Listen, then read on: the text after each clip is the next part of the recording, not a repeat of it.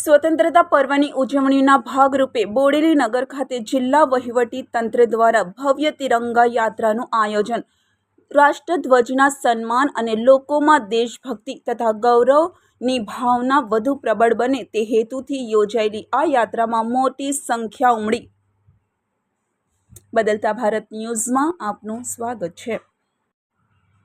છોટાઉદેપુર જિલ્લાના બોડેલીના જિંદાલ કોમ્પ્લેક્સ ખાતેથી ભવ્ય તિરંગા યાત્રાનો પ્રારંભ કરવામાં આવ્યો હતો. યાત્રા અલીપુરા ચોકડી થઈને સેવા સદન ખાતે પરત ફરી હતી.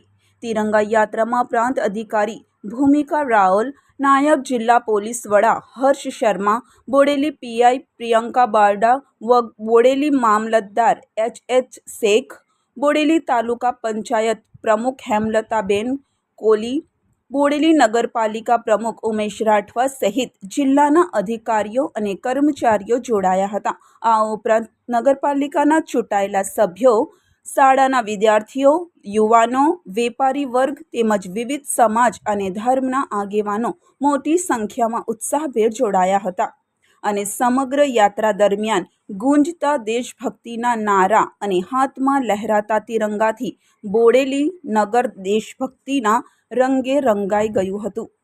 બોડેલીથી MS સૈયદ, બોડેલી, છોટાઉદેપુર.